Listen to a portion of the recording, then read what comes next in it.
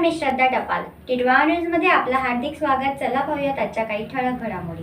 वेळीच निदान ठरले जीवनदायी. ठाणे सिव्हिल मध्ये मौखिक कर्करोगावर यशस्वी मात. 53 रुग्णांमध्ये कर्करोगाचे निदान. 14 जणांवर यशस्वी शस्त्रक्रिया. तोंडातील चट्टे व जखमांकडे दुर्लक्ष न करण्याचे आवाहन. तोंडात पांढरे किंवा लाल चट्टे दिसणे, जीभ जाड होणे किंवा न भरून येणारी जखम ही मौखिक कर्करोगाची सुरुवातीची लक्षणे असू शकतात. वेळेत तपासणी केल्यास या आजारावर यशस्वी मात करता येते, हे ठाणे सिव्हिल रुग्णालयाने सिद्ध केलंय. 2015 पासून येथे 53 रुग्णांमध्ये मौखिक कर्करोगाचे निदान झाले असून 14 जणांवर यशस्वी शस्त्रक्रिया करण्यात आली आहे.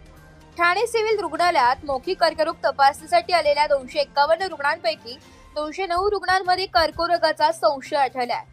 त्यापैकी 92 रुग्णांची बायोप्सी करण्यात आली आहे. तपासणीनंतर 53 रुग्णांना मौखिक कर्करोग असल्याचं निदान झाले असून 14 रुग्णांवर यशस्वी शस्त्रक्रिया करण्यात आली आहे.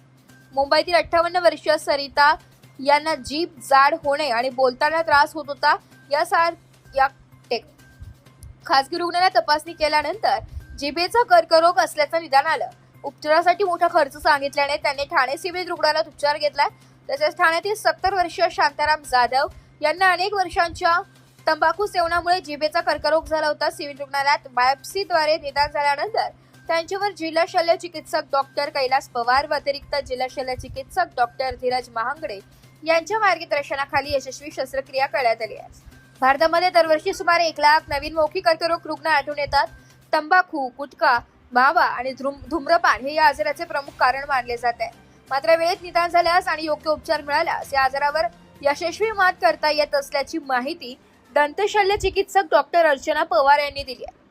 तोंडात पांढरे किंवा लाल चट्टे न भरून येणारी जखम, तोंड उघडताना त्रास किंवा सतत वेदना जाणवत असल्यास त्वरित तपासणी करून घ्यावी. मौखिक कर्करोगाचे लवकर निदान झाल्यास उपचार अधिक प्रभावी ठरतात.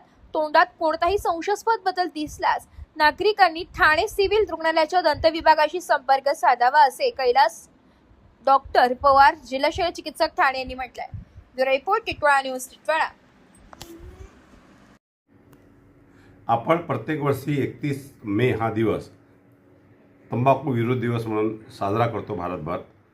मेनली हा तंबाखू विरोध दिवस साजरा करण्याचं मूळ उद्दिष्ट आहे की आपण नेहमीच बघतो की तंबाखूचे दुष्परिणाम, तंबाखू म्हणजे जे काही तंबाखूजन्य पदार्थ असतील ते त्याच्यामध्ये सिगारेट येतं, बिडी येतं, मसरी येते, तंबाखू, तपकीर आणि विविध प्रकारचे गुटखा येतात. त्याच्यामध्ये ई सिगारेट्समध्ये पण तंबाखू असते. ॲक्च्युली लोक सांगतात की ई सिगारेटमध्ये तंबाखू नसते. त्याचा प्रचार आणि प्रसार आणि याच्यामुळे जे दुष्परिणाम, याच्यावर आरोग्यावर होणारे दुष्परिणाम, याच्यावर कितीतरी आजार जडतात या लोकांना ज्यांना सवय येते. त्याच्या व्यतिरिक्त सगळ्यात डेंजरस आहे की यांना हार्ट अटॅकचा धोका सगळ्यात जास्त असतो. जे तंबाखू सेवन करणारे असतील किंवा सिगारेट स्मोक करणारे असतील किंवा बिडी सिगारेट स्मोक करणारे असतील, या लोकांना हार्ट अटॅकचा आणि त्याच्या व्यतिरिक्त सगळ्यात जास्त जर डेंजर अजून असेल तो कॅन्सर. तोंडाचा कॅन्सरचं प्रमाण किंवा लंग कॅन्सर प्रमाण या लोकांमध्ये खूप जास्त आहे. आणि हा कॅन्सर एवढा डेंजर असतो की तो प्रचंड प्रमाणात फास्ट आणि अगदी कमी वेळात बॉडीमध्ये पसरतो. याच्यात वाचण्याचे चान्सेस, लवकर डायग्नोस नाही झालं तर खूप रेअर चान्सेस असतात. किती लोकांना आम्ही बघतो आमचे नियर डिअर काही डेथ झाले याच्यामुळे. त्यामुळे याच्या दृष्टीने लोकांना जनजागृती करणं, त्यासाठी आम्ही विविध ठिकाणी तंबाखूमुक्त शाळा असतील, विविध ठिकाणी शासकीय कार्यालयामध्ये जाऊन प्रशिक्षण घेणं, तंबाखू विरोधात जनजागृती करणं, रॅली करणे. आम्ही याच्याबद्दल जेवढे काही आमच्याकडे लेक्चर घेणं, विविध ठिकाणी आरोग्य संस्था असतील किंवा कुठल्याही गव्हर्नमेंट संस्था किंवा प्रायव्हेट ऑर्गनायझेशन थ्रू आम्ही तंबाखू मुक्तीचा कार्यक्रम हा करत राहतो. आपण जवळपास 600च्या घरात शिबिरं घेतलेली आहेत. त्याच्यानंतर आपण जवळपास विविध कॅम्प किंवा तंबाखूमुक्त शाळा, जर ठाणे जिल्ह्यात जवळपास 2500च्या घरात आपण तंबाखूमुक्त शाळा केलेली आहे. त्याचे काही नियम आहेत, त्याच्या काही अटी शर्ती आहेत आणि आपण बऱ्यापैकी कॅन्सर डिटेक्शन, आपल्याकडे कॅन्सर डिटेक्शन व्हॅन आहे. त्याच्यामुळे आम्ही जे सर्वे केलं याच्यामध्ये सगळ्यात जास्त महिलांमध्ये आढळणारा गर्भाशयाचा कॅन्सर, मुखाचा कॅन्सर, ब्रेस्ट कॅन्सर आणि तंबाखूजन्य पदार्थ सेवन केल्यावर तोंडाचा कॅन्सर. पण तो तोंडाचा कॅन्सर हा सगळ्यात डेंजरस आहे आणि सगळ्यात धोकेदायक आहे आणि लवकर पसरत असल्यामुळे ह्या सवयीमुळे ह्या लोकांना आम्ही जवळपास 50-60 पेशंट, आम्ही जवळपास 54 पेशंटची आम्ही बायोप्सी केली होती. 14 पेशंटचे ऑपरेशन्स केलेत आपण इकडे. आणि ह्या सगळ्या गोष्टी करताना उद्दिष्ट हेच आहे की ज्यामुळे कॅन्सर होतो आहे, की जो मेन कारण आहे कॅन्सरचा तोंडाचा, तो प्रिव्हेंट व्हावा. यासाठीच तंबाखूजन्य पदार्थाचं सेवन करू नये आम्ही लोकांना आव्हानही करतो. मूळतः आता नवीन आलेत ई सिगारेट नावाचा प्रकार, त्याच्यात एक लिक्विड टाकतात आणि लिक्विड हीट होऊन आपल्याकडे त्याचा धूर येतो. परंतु त्या लिक्विडमध्ये लोक सांगतात टोबॅको नाही आहे, परंतु त्याच्यातलं तंबाखूचा जे एक्स्ट्रॅक्ट असतो, जो निकोटीन सगळ्यात मोठा कारणीभूत घटक आहे याच्याचा, तो निकोटीन त्याच्यामध्ये असतो.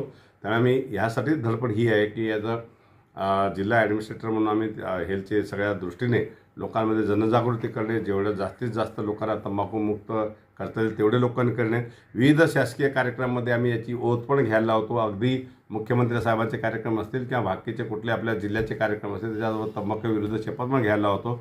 याचं उद्दिष्ट एकच आहे की मॅक्झिमम लोकांना या सवयीपासून दूर करणं आणि ज्यांना सवयी आहेत त्यांना सोडवणं हेच महत्त्वाचं आहे. आणि याच्यात सगळ्यांकडनं अपेक्षा मी आव्हान करेल की जास्तीत जास्त लोकांनी सहभाग व्हायला पाहिजे. लोक चळवळ होऊन आपण तंबाखूमुक्त महाराष्ट्र, तंबाखूमुक्त भारत करायला पाहिजे. धन्यवाद.